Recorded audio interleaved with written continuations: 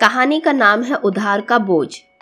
एक बार तेनालीरामन पैसों की तंगी में बहुत बुरा फंस चुका था। उसने राजा कृष्णदेवराय से कुछ रुपए उधार लिए। समय बीतता चला गया लेकिन वो पैसे वापस न कर पाया।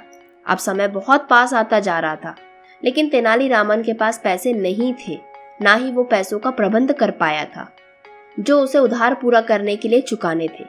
इसीलिए तेनालीरामन ने एक योजना बनाई। एक दिन राजा को तेनालीरामन की पत्नी की ओर से एक पत्र मिला। उस पत्र में लिखा था कि तेनालीरामन बहुत बीमार है। तेनालीरामन कई दिनों से दरबार में आया भी नहीं था, इसलिए राजा ने सोचा कि स्वयं जाकर देखते हैं। तेनालीरामन से मिलना भी हो जाएगा और उसकी तबीयत का हालचाल भी पूछ लेंगे। लेकिन मन में राजा की एक बात जरूर आई, हो सकता है उधार से बचने के लिए तेनालीरामन कोई नई चाल चल रहा होगा। हो सकता है उसकी कोई एक नई योजना हो। ये सब सोचते विचार करते राजा तेनालीरामन के घर पहुंच गए। वहां तेनालीरामन कंबल ओढ़कर पलंग पर लेटा हुआ था। उसकी ऐसी अवस्था को देखकर राजा ने उसकी पत्नी से पूछा कि क्या हुआ है तेनालीरामन को। तो तेनालीरामन की पत्नी बोली, महाराज, इनके दिल पर आपके दिए हुए उधार का बोझ है।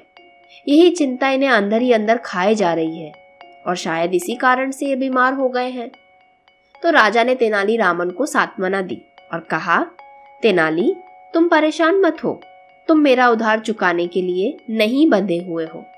चिंता छोड़ो और जल्दी स्वस्थ हो जाओ।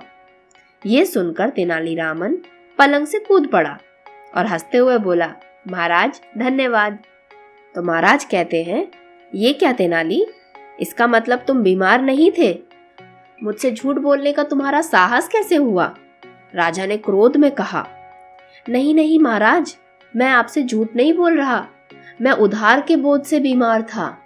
आपने जैसे ही मुझे उधार से मुक्त किया, तभी से मेरी सारी चिंता खत्म हो गई और मेरे ऊपर से उधार का बोझ भी हट गया। इस बोझ के हटते ही मेरी बीमारी भी चली गई और मैं अपने आप को स्वस्थ महसूस करने लगा।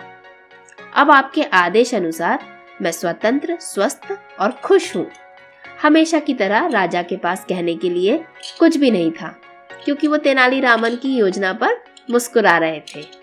तो दोस्तों, आज की ये छोटी सी कहानी से हमने यही सीखा कि हमारे जीवन में कितनी भी परेशानियां, कितनी भी मुश्किल क्यों ना आ जाए, लेकिन अगर हम योजना बना के उस परेशानियों से निपटने का रास्ता ढूंढ ले तो हमारे लिए और बेहतर हो जाता है।